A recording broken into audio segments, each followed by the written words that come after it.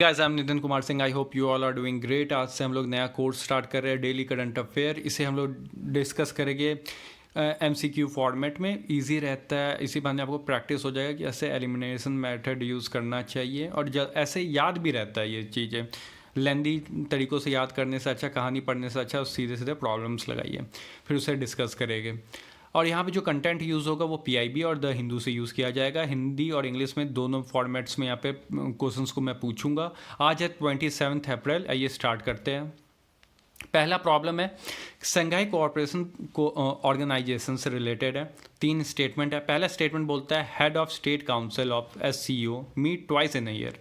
जो head of state council है SCO की, वो साल में 2 बार मिलती है। दूसरा स्टेटमेंट बोलता है कि रिसेंटली हाल ही में जो मेंबर बना है एससीओ का वो है ईरान, जो कि ये 9th मेंबर है। सी स्टेटमेंट बोलता है जो फाउंडिंग मेंबर है एससीओ के वो रसिया, चाइना और इंडिया है।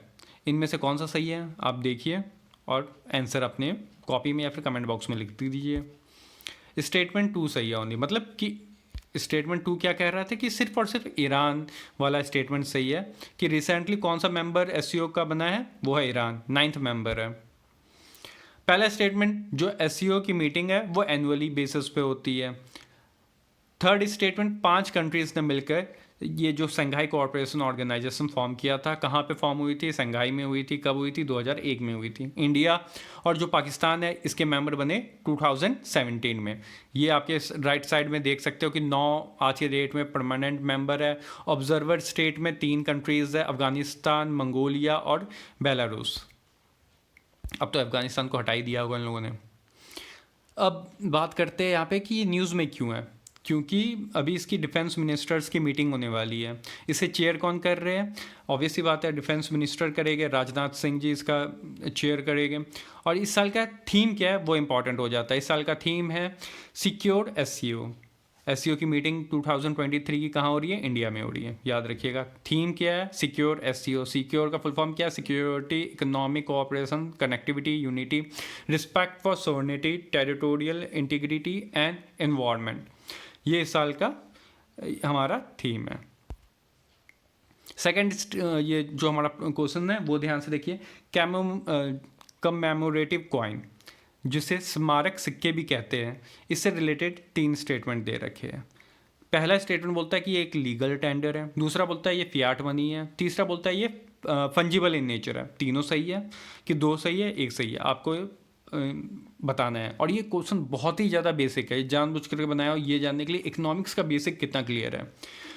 तो आइए स्टार्ट करते हैं। इसका आंसर है डी, मतलब कि ये फंजिबल इन नेचर होता है। फंजिबल क्या होता है पहले ये जान लेते हैं कि इसका आंसर फंजिबल है। तो फंजिबल क्या होता है इकोनॉमिक सेंस में बता रहा हूँ कि सपोज करो सोने का मेरे पास सिक्का है 1 kg का, ठीक है। अब उसको मैं बहुत सारे डिफरेंट पार्ट्स में तोड़ दूँ, पिघला के उसको बहुत छोटे छोटे सिक्के बना लूँ, तो वैल्यू तो उतनी ही रहेगी उसकी। पिघलाने के बाद भी उसकी वैल्यू उतनी ही है ना, चाहे वो 1 सिक्का हो या फिर उसके मैं 50 सिक्के कर दूँ, ठीक है, उसकी वैल्यू उतनी ही रहती है। मतलब तोड़ करके आप किसी को दो, या बेस्ट एग्जांपल 2000 का नोट ले लो। 2000 का नोट किसी दुकान पे दूंगा, वो मुझे उसके बदले में मैं बोलूँगा 4 नोट दे दो 500-500 के, वैल्यू तो उतनी ही रही ना 2000, तो वो होता है फंजीबल। अब बात करते हैं लीगल टेंडर। लीगल टेंडर को जानने से पहले आपको फियाट मनी पता होना चाहिए कि फियाट मनी होता क्या है। ये फिजिकल कॉइन हो सकता है, पेपर करेंसी हो सकता है जो फिजिकल फॉर्म में आप लोग रखते हो, या फिर डिजिटल कॉइन हो सकता है जैसे कि क्रिप्टो करेंसी, ये सब होता है। बट साथ ही साथ इसे इशू कौन किया होगा? Central bank. जैसे इंडिया का सेंट्रल बैंक कौन है? आरबीआई ने इशू किया हो, या फिर वहाँ की गवर्नमेंट, या फिर वहाँ के कोई भी राजा महाराजा लोग हैं या क्वीन ने इसे रिलीज़ किया हो, इशू किया गया हो उनके द्वारा। इसे फियाट मनी कहते हैं। यानी कि ये दोनों स्टेटमेंट एक साथ होनी चाहिए। इनमें से एक स्टेटमेंट हो जैसे कि हाँ भाई कॉइन है, फिजिकल फॉर्म में है, बट वहाँ की सेंट्रल बैंक ने उसे इशू नहीं किया है, तो ये फियाट मनी नहीं कहलाएगा। ये दोनों स्टेटमेंट फुलफिल हो। अब समझते हैं लीगल टेंडर। लीगल टेंडर के लिए पहले स्टेटमेंट यही है कि भाई ये फियाट मनी होती है। साथ ही साथ इसके साथ एक और वैलिड चीज़ है कि वहाँ पे जो उस कंट्री का जो गवर्नमेंट है उसने बोल रखा हो, कानूनी तरीके से बोल रखा हो कि जो भी ये सिक्के है, जो भी ये पेपर करेंसी है या फिर डिजिटल कॉइन है, इसे एक्सेप्ट करना होगा। जैसे इंडिया में कॉइनेज एक्ट हो गया कॉइन के लिए, आरबीआई एक्ट हो गया आपके पेपर करेंसीज के लिए। तो ये एक्ट पावर देती है कि दुकान पे जाके आप अगर 10 रुपये का कोई सामान खरीदोगे तो आप उसके बदले में वो 10 रुपये का नोट दे सकते हो। ये हमारे संविधान में लिखा हुआ है। तो फियाट मनी प्लस वहाँ पे कोई कानून होना चाहिए उससे रिलेटेड, जैसे इंडिया में कॉइनेज एक्ट हो गया या फिर आरबीआई एक्ट हो गया, वो लीगल टेंडर कहलाता है। और जो ये कमेमोरेटिव कॉइन होते हैं, ये स्मारक सिक्के होते हैं, इसे लीगल टेंडर नहीं कहा जाता। क्यों? क्योंकि इसे कहा नहीं गया है कॉइनेज एक्ट में कि आप इससे कोई सामान खरीद सकते हो या फिर आरबीआई एक्ट में। ये एक फियाट मनी है, फियाट मनी है। क्यों? क्योंकि ये भाई फिजिकल कॉइन है। हाँ, फिजिकल कॉइन है भाई साहब। दूसरा स्टेटमेंट, सेंट्रल गवर्नमेंट इशू कर रहा है, तो इसमें ये क्या है? फियाट मनी है, फंजीबल भी है। तो कौन कौन से स्टेटमेंट सही हो सकते हैं? फियाट मनी है ये, 2 सही है। क्या ये फंजीबल इन नेचर है? 3 सही है। तो 2 और 3 दोनों स्टेटमेंट सही है, बट ये एक लीगल टेंडर नहीं है, लीगल टेंडर नहीं है। तो 1 स्टेटमेंट को छोड़ के बाकी दोनों चीज़ें सही है। तो ऑप्शन क्या होगा? सी। तो यहाँ पे गलत है, डी नहीं, ये सी होगा। न्यूज़ में क्यों है? क्योंकि मन की बात का 100 शो कंप्लीट हो चुके हैं, तो उसी खुशी में अमित शाह जी ने रिलीज़ किया है ये कमेमोरेटिव स्टैम्प और कॉइन्स, इसके लिए रिलीज़ किया गया है, इसलिए ये न्यूज़ में। थर्ड क्वेश्चन देखिए, इको सेंसिटिव जोन के बारे में है, ये भी बेसिक है। क्यों न्यूज़ में है ये हम लोग देखेंगे। पहले ये एकदम बेसिक क्वेश्चन है। जो इको सेंसिटिव जोन है, ये आपको किसके अंतर्गत देखने के लिए मिलता है? इन्वायरमेंट प्रोटेक्शन एक्ट 1986 के अंदर इसके बारे में जिक्र है। दूसरा स्टेटमेंट ये बोलता है ये एक बफर जोन क्रिएट करता है जो भी प्रोटेक्टेड एरिया है उसके अराउंड में। मतलब कि ये अभी दिखाता हूँ, ये प्रोटेक्टेड एरिया है, उसके मतलब कुछ किलोमीटर के बाद एक बफर जोन क्रिएट किया जाता है कि इस एरिया में कुछ भी माइनिंग ना हो या फिर जो भी ह्यूमन इंट्रैक्शन है, आदमी इंसान वहाँ पे जाके शिकार करने या फिर लकड़ी उकड़ी काटने ना पहुँच जाए, तो ये बफर जोन बनाया जाता है। ये ज़्यादातर आपको नेशनल पार्क के पास देखने के लिए मिलेगा या फिर आपको ये जो भी वाइल्ड लाइफ सेंचुरीज़ है उसके पास देखने के लिए ज़्यादातर देखने के लिए मिलता है। ये एक तरीके से ना क्या करता है कि जो प्रोटेक्टेड जोन होता है उसको बचाता है कि जैसे कि 10 किलोमीटर के अंदर यहाँ पे कोई भी माइनिंग का काम नहीं होगा, क्योंकि माइनिंग होगी तो वहाँ के एनिमल्स दौड़ सकते हैं, वहाँ पे पॉल्यूशन फैल सकता है, इसलिए इसे बनाया गया। तो इन तीनों स्टेटमेंट से आपको बताना है कि कौन सा स्टेटमेंट सही है। लास्ट का स्टेटमेंट भी देख लीजिए कि ये जो बफर जोन होता है कि कितने किलोमीटर तक रहेगा, ये डिफाइन नहीं है। मतलब कि कई जगहों पे 5 किलोमीटर हो सकता है, 10 किलोमीटर हो सकता है, 1 किलोमीटर भी हो सकता है। ठीक है, तो तीनों स्टेटमेंट में से कौन सा स्टेटमेंट सही है, ध्यान से पढ़िए और बताइए।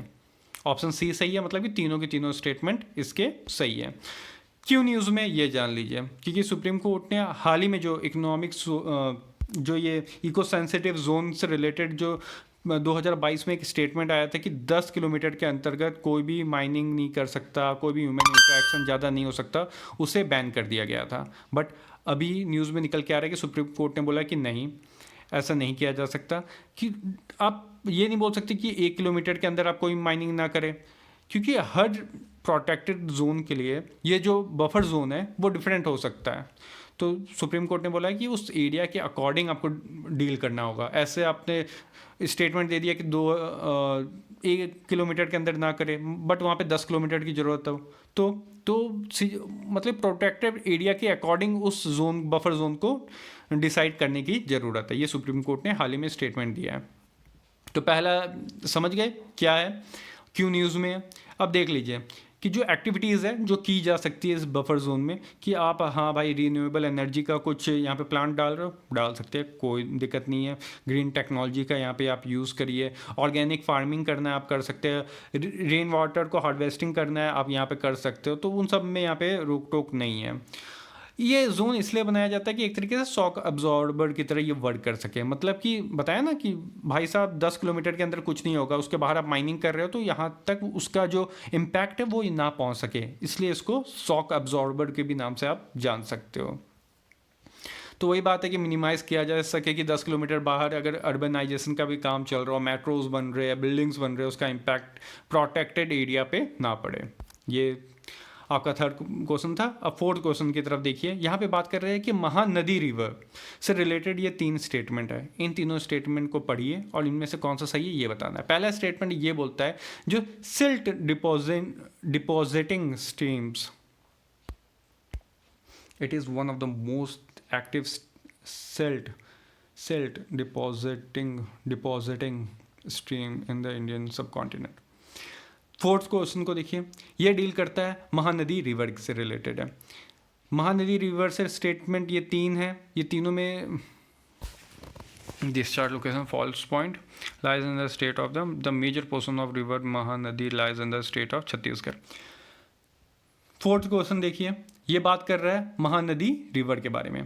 पहला स्टेटमेंट ये कहता है it is one of the most active slit depositing stream in the Indian subcontinent.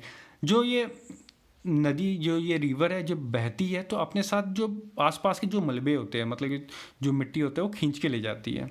ठीक है, तो काफ़ी एक्टिव स्लिट डिपॉजिटिंग करती जाती है, मतलब कि अपनी जगह से खींच करके एक जगह से कुछ मटेरियल, मतलब जो आसपास के जो आप बोल सकते हो ना, ज़मीन काट करके ले जाती है और कहीं और जाके डिपॉजिट कर देती है। दूसरा स्टेटमेंट बोलते हैं कि जो इसका डिस्चार्ज लोकेशन है, उस पॉइंट को हम लोग बोलते हैं फॉल्स पॉइंट।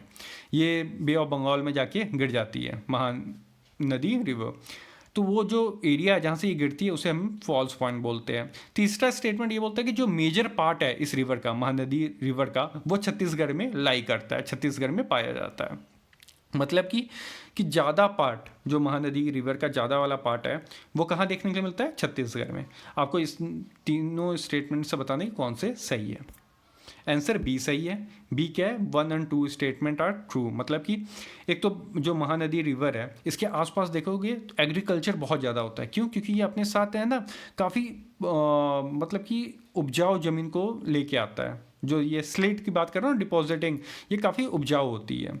दूसरा, जहाँ पे ये नदी जाके गिरती है, बे ऑफ बंगाल में मिलती है, उस पॉइंट को बोलते हैं फॉल्स पॉइंट। तीसरा स्टेटमेंट गलत है, छत्तीसगढ़ नहीं है, वो है उड़ीसा। उड़ीसा में इसका ज़्यादातर पार्ट है, लगभग 400 किलोमीटर तक आपको छत्तीसगढ़ में मिलता है। अप्रॉक्स बता रहा हूँ मैं, आपको नंबर से रिलेटेड नहीं रखना है कि कितना है। ठीक, तो उड़ीसा आखिरी वाले का आंसर था।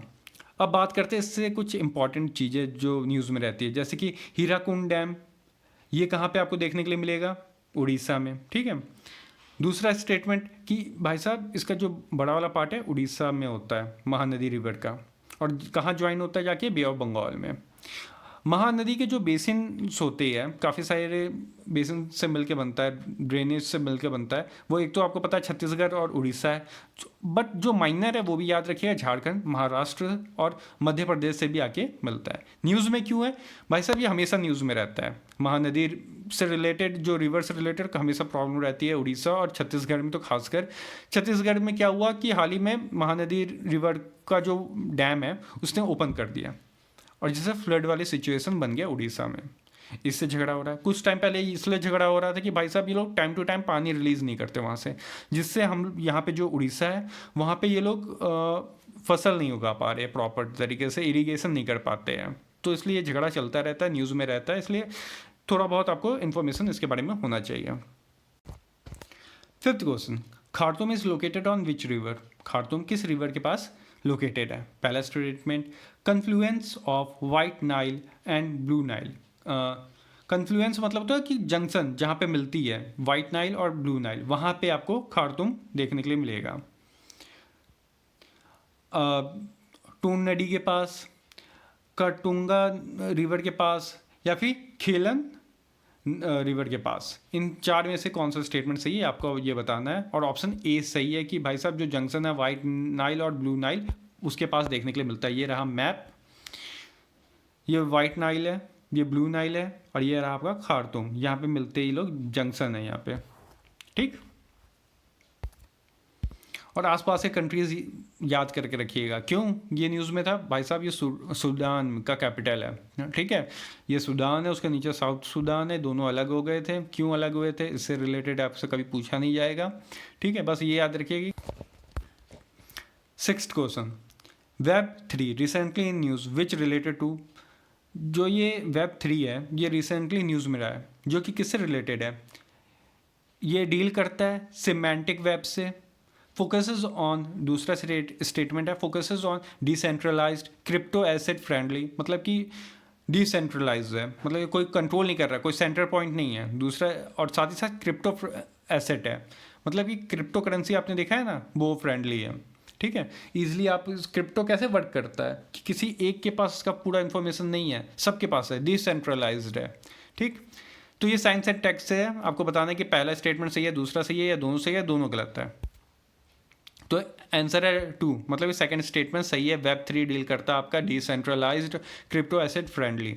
इसको डिटेल मैनर में समझते हैं। वेब 3 आपका डिसेंट्रलाइज प्राइवेसी ओरिएंटेड होता है, प्राइवेसी इसके अंदर आपको खूब बढ़ बढ़ के मिलेगा। ब्लॉकचेन टेक्नोलॉजी ड्रिवन है, मतलब ब्लॉकचेन क्या है कि एक पर्टिकुलर इन्फॉर्मेशन है, ये देखिए एक पर्टिकुलर इन्फॉर्मेशन है, ठीक है, मैंने इसे जनरेट किया इस इन्फॉर्मेशन को। ठीक, तो ये मेरे कंप्यूटर में ही सेव नहीं है, यहाँ पे जितने लोग यूज़ कर रहे हैं, जैसे क्रिप्टो करेंसी, मान लो कि मेरे पास ये क्रिप्टो करेंसी है, ठीक है, तो भाई साहब मैंने ये क्रिप्टो करेंसी खरीद लिया, ये इन्फॉर्मेशन सिर्फ मेरे पास नहीं है, ये सभी के पास पहुँच जाएगा, डिसेंट्रलाइज है। मतलब अगर मेरा कंप्यूटर कल को टूट जाए या फिर इसका इन्फॉर्मेशन डिलीट भी हो जाए तो ये सबके पास है।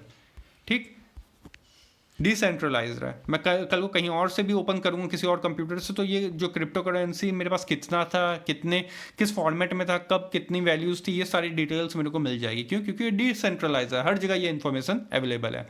और हर जगह अवेलेबल का मतलब ये नहीं है कि हर कोई भी आएगा इसे पढ़ के चला जाएगा, ऐसा कुछ नहीं है। ठीक है, सिर्फ जिसका होगा वही पढ़ सकता है, बस डिसेंट्रलाइज्ड मैनर में होता है।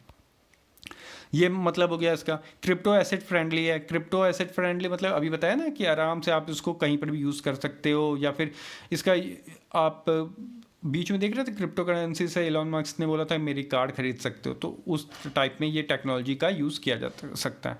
वेब 3 और वेब 3.0 दोनों में बहुत डिफरेंट है। वेब 3.0 जो है सिमेंटिक वेब है। सिमेंटिक वेब मतलब हो जाता है कि जो सर्च इंजन है ना, आज के डेट में गूगल मान लेते हैं सर्च इंजन हम लोगों का है, उससे हम लोग इन्फॉर्मेशन जनरेट करते हैं। ठीक, बट वो एक तरीके से बैलगाड़ी है। जो ये सिमेंटिक वेब है, वेब 3.0 है, ये फ्यूचर है, मतलब कि ये नया सर्च इंजन है जो कि ज़्यादा बेस्ट है, ज़्यादा बेहतर है। ठीक है, इसकी प्रॉपर्टी क्या है? सिमेंटिक वेब, इससे ज़्यादा आपको नहीं जानना। जो कि किसके अंदर काम करता है या किसके मैकेनिज्म के थ्रू काम करता है? Artificial intelligence, AI. ठीक है, सिमेंटिक वेब इससे रिलेटेड है। दोनों में बेसिक डिफरेंस समझ रहे हो?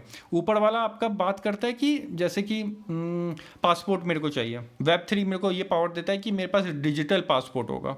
ठीक है, पैसा मेरे पास डिजिटल फॉर्मेट में होगा, ये वेब 3 है। वेब 3.0 बात कर रहा है सर्च इंजन का। चैट जीपीटी बेस्ट एग्जांपल है। मतलब कि सेमेंटिक वेब में क्या होता है कि आप जब कुछ इन्फॉर्मेशन निकालते हैं वहाँ से, तो वो क्या करता है कि बहुत सारे जगहों से वो इन्फॉर्मेशन गेन करता है। ठीक है, एक जगह लेके आता है, फिर उसको बहुत न्यू कंटेंट फॉर्मेट में उसको बनाता है। मतलब कि अगर कोई पीएचडी का काम कर रहे हो, ठीक है, आपने होमवर्क किया या फिर कुछ भी किया, आपने टीचर को दिखाया, टीचर गूगल पे गई, उसको देख रही है कि कहीं मिल जाए, नहीं मिलेगा। क्यों? क्योंकि उसने बहुत सारी जगहों से उसका इन्फॉर्मेशन लाया है, उसको अपने वर्ड्स में कन्वर्ट किया है, और मोड मतलब कि क्रिएटिव वे में इसने क्रिएट किया है, तो एकदम ओरिजिनल तो हो ही गया। तो ये भी इसका बेस्ट पार्ट है। तो आपको बेसिक पता चल गया होगा कि वेब 3 क्या है, वेब 3.0 क्या है। याद रखिए, वेब 3 बेसिकली कुछ नहीं है जो आप आजकल सुन रहे हो ना कि डिजिटल फॉर्मेट में पासपोर्ट हो, करेंसी हो, वो वेब 3 हो गया। वेब 3.0 आपका artificial intelligence, best example chat GPT. तो आज बस इतना ही था, इतने ही क्वेश्चंस थे।